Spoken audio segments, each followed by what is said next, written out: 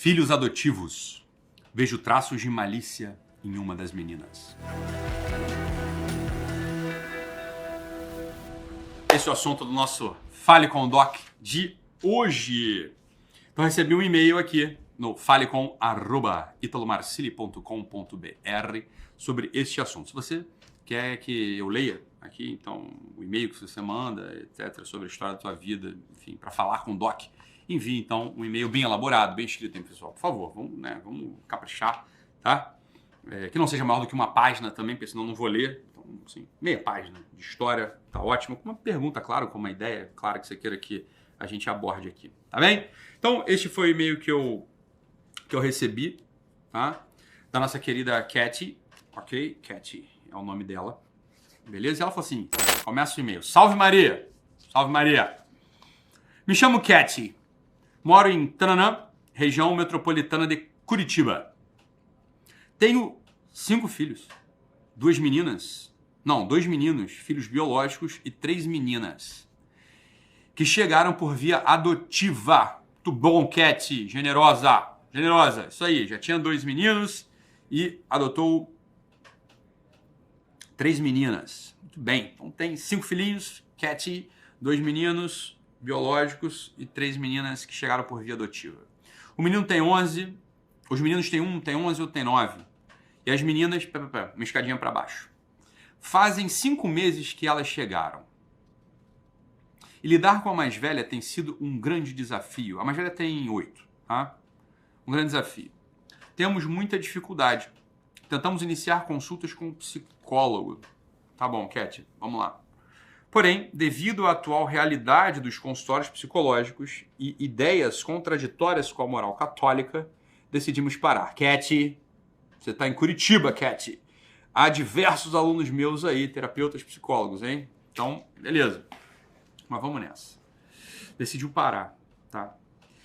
Isso é uma coisa importante, parênteses aqui. A Katy fala um negócio que faz todo sentido do mundo, assim. Então, vamos embora. Você está procurando um terapeuta, né? Procurando um psicólogo, procurando alguém que vai lidar com essas questões que tem a ver com o grande conjunto das crenças, né? Você coloca questões de psicologia ali. Você está referindo também para o terapeuta uma visão de mundo específica. Você está colocando ali um conjunto de crenças. E o terapeuta não necessariamente precisa compartilhar. Ele não precisa pessoalmente ter o mesmo conjunto de crenças que o paciente. É evidente que não, né? Senão seria uma coisa assim muito esquisita, seria um clubismo, um gueto, tá? Mas o terapeuta ele tem que ser capaz, sim, de entender o teu conjunto de crenças e de não querer ferir, não ferir os valores que são os valores inerentes a esse conjunto de crenças da pessoa, beleza? Então, talvez seja isso que você tenha sentido. Uma falta de empatia, uma falta de visão, uma falta de conhecimento da parte do terapeuta com um conjunto de crenças e mais.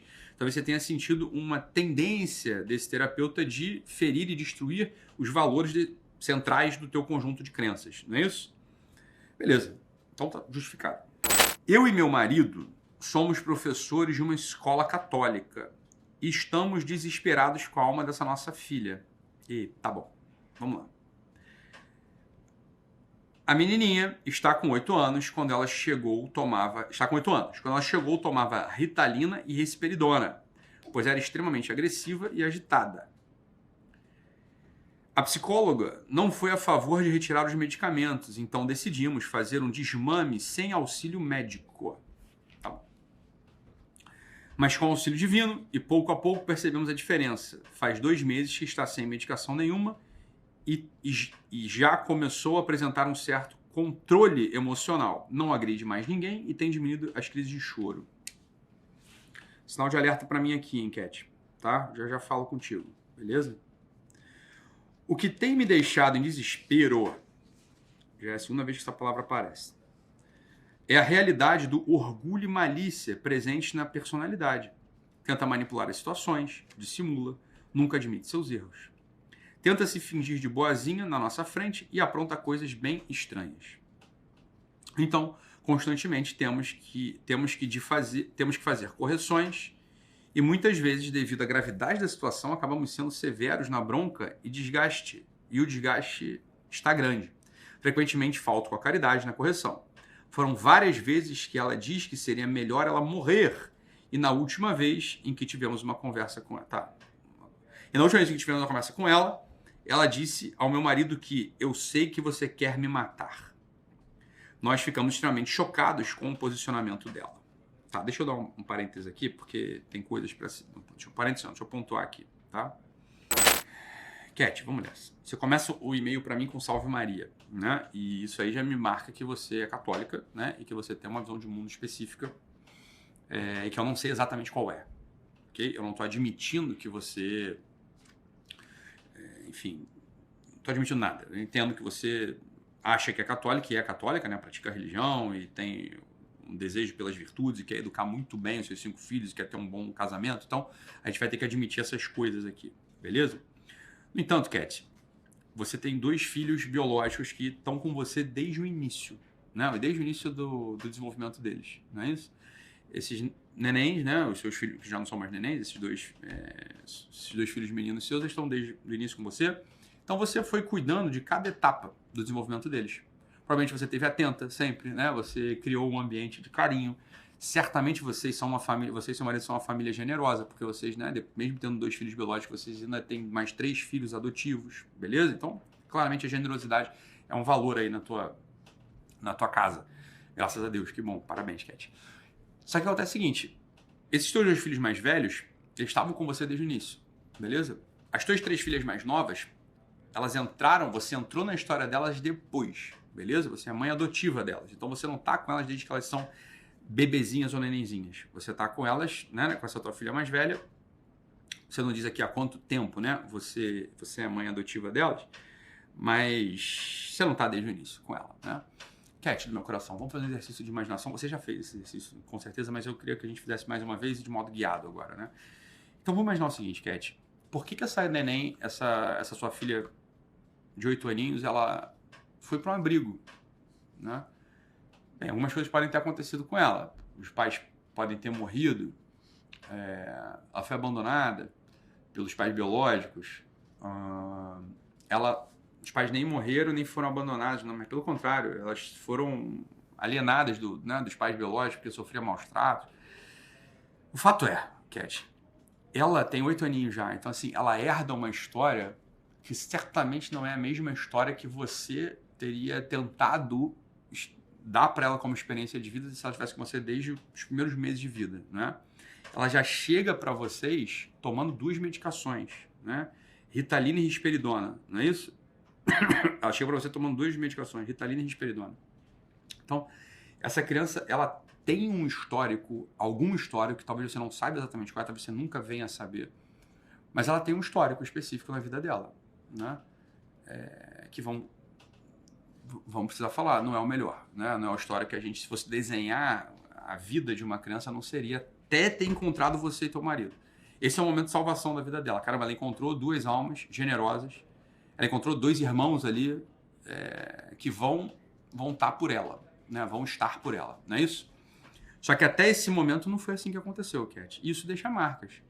Isso deixa marcas que são marcas de comportamento mesmo, são quase como que respostas automáticas, entre aspas, que essa criança dá aos estímulos do mundo. Essa criança, ela, de algum modo, o circuito cerebral dela, a alma dela também, foi aprendendo a se adaptar às situações meio terríveis que ela já vivenciou, já experimentou, né? Que a gente não sabe exatamente quais são, né? Mas não são situações que são muito boas, você concorda comigo? Então, quando você me fala que essa neném, essa criança, ela é dissimulada, ela... Você vai desfiando aqui alguns qualitativos para o que ela faz, assim, completamente compreensível, concorda? Essa criança precisou se adaptar e se adaptar de um modo terrível. Ela certamente não se adaptou num ambiente de amor, de acolhimento, de carinho e generosidade. Mas certamente ela precisou encontrar recursos de adaptação num ambiente de abandono, frieza, violência, hein? Talvez ela tenha sido exposta já a drogas no ventre da mãe. Eu não sei o que aconteceu com ela, né? Você não me coloca aqui, então eu não sei, beleza? Isso é do ponto de vista dela, né, da neném. Do teu ponto de vista do teu marido, Cat, 5 filhos, né? Eu sei, você tem uma das tuas filhinhas, ela é bebezinha, ela é neném ainda, né? Tem 3 aninhos ali, a mais novinha. Então, assim, a tua vida, ela mudou, né? Você recebe 3 crianças, de repente já estava praticamente há 8 anos, ou sei lá, 7 anos sem ter bebê em casa, você estava adaptada também à tua casa, com os teus 2 filhos mais velhos, de repente você recebe 3 meninas. E você vai precisar, você e teu marido, mais do que nunca, vocês vão precisar de muita calma. Mas muita calma. Tem uma palavra que você usa aqui 2 vezes, que é desespero. E eu entendo também que não é que seja preciso, né? Não é que você perdeu a esperança, não é isso. É desespero no sentido de cansaço, né? De, porra, não saber o que fazer, caramba, meu Deus, né? É uma perplexidade, vamos chamar assim. Eu sei que eu entendo que não é desespero no sentido exato do termo desespero, né, Cat? Mas essa palavra precisa ser riscada do teu dicionário interior, beleza? Você é mãe de 3 crianças que precisam de cuidados diferentes do que os seus 2 filhos biológicos, né? Seus 2 filhos biológicos já estão mais velhos, provavelmente estão bem encaminhados, provavelmente você está atenta e cuidando dele desde o iniciozinho. Essas 3 crianças novas que entraram para você pela via adotiva, elas oferecem novos desafios, né, Cat? São novos desafios mesmo, assim. E você vai precisar riscar do teu dicionário interior, mais uma vez eu falo, a palavra desespero. Você vai precisar entender que essa criança mais velha, sobretudo, que é quem você traz aqui pra gente, ela vem sendo adaptada, mal adaptada, né? Há pelo menos 8 anos, ou há pelo menos 7 anos, não sei quando ela entra na tua história, quando você entra na história dela, né? Há 7 anos ela vem sendo mal adaptada. Ela foi aprendendo a dar respostas biológicas e anímicas de defesa, de simulação, para tentar sobreviver de algum modo, né? Então, essa é a primeira coisa que você vai precisar olhar e falar assim, caramba, essas coisas não se corrigem em 2, 3 dias, não se corrigem em 5, 6 meses. Eu vou precisar, assim, de um tempo para gerar confiança nela. Atenção, Cat, essa tua neném mais velha, ela tem um perfil de adaptação biológico de defesa. Ela aprendeu interiormente, ela não consegue expressar isso verbalmente, porque ela tem só 8 anos. Mas o sistema cognitivo dela e o sistema anímico dela aprendeu a não confiar nas pessoas. Por quê? Porque as pessoas não foram confiáveis. As pessoas que ela conviveu não foram confiáveis. As pessoas mudavam de lugar. Eu não sei se ela passou de abrigo em abrigo, então quando ela eventualmente se apegava ou se adaptava ou se abria, né, para ser cuidada de alguém, mudava, né, mudava ali a assistente social, que provavelmente cuidava muito bem dela, mas mudava. Os cuidadores dela provavelmente foram mudando ao longo da vida. Então essa criaturinha, Cat, ela aprendeu isso. E por mais que você seja a mãe dela, eu vou falar uma coisa que é muito dura, mas é verdade, assim, ela não confia em você. Mas ela não confia em você por maldade. Não é que ela deixa de confiar em você por maldade. Ela não confia em você porque ela ainda não tem os recursos de neurodesenvolvimento e anímicos que gerem confiança. Isso precisa de tempo. É necessário tempo, para que ocorra uma remodelação no sistema nervoso central dela e para que ocorra uma remodelação no sistema afetivo dela. E somente a tua estabilidade, a estabilidade do teu marido, de carinho e amor abnegados, vão ser capazes de criar esses novos circuitos cerebrais, esses novos contornos anímicos nela. Então, quando você fala, e pelo amor de Deus, hein, Cat, eu só tô apontando aqui com calma. Quando você fala que você, e dá para entender, né, que você perca a paciência, que você falte a caridade com ela, né, eventualmente gritando, batendo, se destemperando, o que você está mostrando para o sistema adaptativo da tua filha mais velha? Que ela está certa em não confiar. Ela está certa em não confiar. É muito diferente você eventualmente se destemperar ou ser mais severa ou sei lá, com o teu filho biológico que está com você desde sempre. Esse teu filho biológico ele foi criado num ambiente de confiança, num ambiente de estabilidade. Então, o circuito cerebral dele e a geografia interior dele estão adaptadas a um ambiente de confiança. E se eventualmente a minha mãe perde a cabeça, ele entende que isso é uma exceção. Entende como exceção? Agora imagina se você se destemperasse, perdesse a cabeça sempre com o teu filho mais velho, teu filho biológico mais velho. Ele ia começar a se adaptar para um outro cenário. Um cenário que ele precisa se defender de você. E quando a gente está na vida, não é isso? É sempre assim. Quando a gente está na vida diante de alguém que a gente sabe que a gente não pode confiar, que a gente precisa se defender, a gente dissimula. Que é o que acontece com ela, que é o que você está me dizendo. Ela dissimula, ela é falsa, ela mente. Mas é claro, né, Cat? É claro, ela não tem, repito, ela não tem um sistema de adaptação que foi criado num ambiente de confiança e amor. Ela tem pelo contrário, ela tem um sistema interior de adaptação que foi criado num ambiente de abandono e desconfiança. Então, quando ela está diante de alguém que se destempera, que pune, etc., ela só simplesmente reafirma aqueles circuitos que já estão lá dentro. Circuitos interiores, anímicos e circuitos psíquicos do neurodesenvolvimento. Dá para entender isso ou não, Cat? Tá? Então, o que eu tô falando, você que está me colocando aqui a questão, né, através desse e-mail pedindo ajuda. Você precisa de muita vida interior mesmo. Você precisa encontrar uma paz verdadeira. Uma paz interior de entender que você precisa educar a tua filha. Educar a tua filha que não entra na tua história, você não entra na história dela desde o dia 1. Mais uma vez eu falo, você vai precisar criar com muita valentia, com muito esforço, com muita vida interior, porque eu sei que você tem, você é católico, né? Com muita vida interior você vai precisar de esforço para criar um ambiente novo para essa tua filha, para essa tua neném. Beleza? Aí você continua. O ponto é o seguinte, ela já tem 8 anos, está na idade da razão, e o imaginário dela está todo deformado. A vontade dela está voltada para mal e para prazer. Tem traumas profundos, ó, você mesmo coloca isso. E ela não olha para nós como referência, nem poderia. Você entrou na história dela agora. E sim como duas pessoas que estão cuidando dela, tirando toda libertinagem que ela acha ser liberdade. Qualquer pessoa estranha que se aproxima dela, ela se atira nos braços e agarra a pessoa de uma forma desordenada.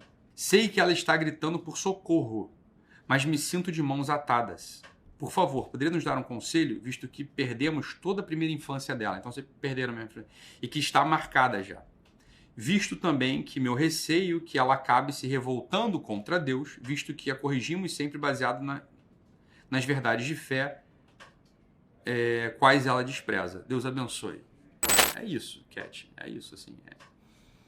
Você vai precisar de muito bom senso e muita calma, né? Eu vou te falar uma coisa com todo o carinho no mundo, tá? Você vai precisar reduplicar, triplicar a tua fé. De tal modo que você consiga agir sem ficar falando dela. Beleza? Eu vou te dizer uma coisa, Cat, com todo carinho do mundo, tá? As pessoas precisam ficar falando toda hora da fé, ou precisam ficar dando exemplos de fé, ou precisam ficar citando escritura, ou citando, sei lá, anjos da guarda, punição, inferno, para poder se orientar no mundo. Essas pessoas ainda estão muito inseguras na própria fé. Muito inseguras na própria fé. Tá? Por quê? Porque as pessoas precisam da afirmação verbal externa, às vezes até estereotipada, para que sejam balizas de orientação para elas mesmas. Beleza? Isso ainda é uma fé débil. Uma pessoa que eu preciso que você agora triplique, você precisa peçar a Deus a virtude mesmo da fé. Você vai precisar orientar essa tua filha de 2 modos. Um pouco à distância e sem ficar utilizando essas balizas que para você também está buscando orientação. Quando você... Se você falar aqui, ó, visto que corrigimos sempre baseado nas verdades de fé, quais ela despreza. Fala, olha, essa tua filha não era nem para saber exatamente sobre isso, entende? Esse é um mundo muito estranho. Cat, do meu coração, ela não tem nem os conceitos mais humanos de confiança, de carinho. Ela não tem nem esses conceitos. Não tem como ela ter os conceitos de fé ainda, né? Dá para entender se ela tem uma vida muito diferente da vida que vocês ofereceram para os teus filhos mais velhos, tá? Então vocês vão precisar de verdade diminuir a severidade, provavelmente não ficar se valendo explicitando os conceitos desses valores que você fala, de valores da verdadeira fé e tal, para ela, entendeu? E vocês vão precisar de uma certa distância. Se a gente fica querendo agarrar toda hora alguém, se alguém que a gente não confia fica toda hora querendo agarrar a gente foge dessa pessoa. Então a primeira coisa que talvez seja muito dura, se você precisar admitir para você mesmo, a tua filha mais velha não confia em vocês. Por que ela não confia em vocês? Porque ela não tem motivo para confiar. Né? Motivos internos. É claro, ela não tem recurso psíquico ainda para entender o seguinte, caramba, os meus pais, esses meus 2 pais adotivos, me tiraram de uma situação terrível por amor. Ela não tem recurso psíquico para entender isso. O que ela tem? Ela tem um sistema de desorientação interno ainda. De luta ou fuga. Beleza? E ela tá vendo 2 pessoas que vão abandoná-la daqui a pouco. Porque essa é a história da vida dela, entendeu, Cat? Então vai ser necessário amor abnegado, calma, uma certa distância, hein, Cat? Uma certa distância. Muita calma, sorriso, ambiente estável na tua família e nunca essa coisa de ficar colocando coisa de Sagrada Escritura, coisa de santo, coisa de não sei o quê, porque vai criar claramente uma rejeição. Ora, se esse é o conjunto de valores daqueles que eu temo ou não confio e me encarceram aqui, eu vou desprezar esse sistema de valores também. Então você está certa quando você fala, caramba, meu medo é que ela também acabe não gostando da igreja, não gostando da fé. É que vai acontecer, de fato. Né? É muito difícil até que não aconteça se o expediente continuar sendo esse. Entendeu, Cat? Então temos um desafio aí. Eu acho que você precisa de ajuda especializada de algum modo, tá? Eu recomendo de fato que você procure algum aluno meu aí em Curitiba, bem formado, para poder ajustar essas orientações iniciais que eu te dei. Tá bom, meu querido? Olha, desejo a você, de verdade, assim, muita vida interior, muita centralidade do espírito, que você tenha uma vida espiritual, continue tendo uma vida espiritual profunda, que você encontre uma paz verdadeira interior que vem de Cristo para que possa te animar nesse teu desafio de educar essas 5 almas aí que estão agora sobre a tua responsabilidade. Tá bom? Fica com Deus, um abraço e até a próxima, pessoal. Tchau, tchau.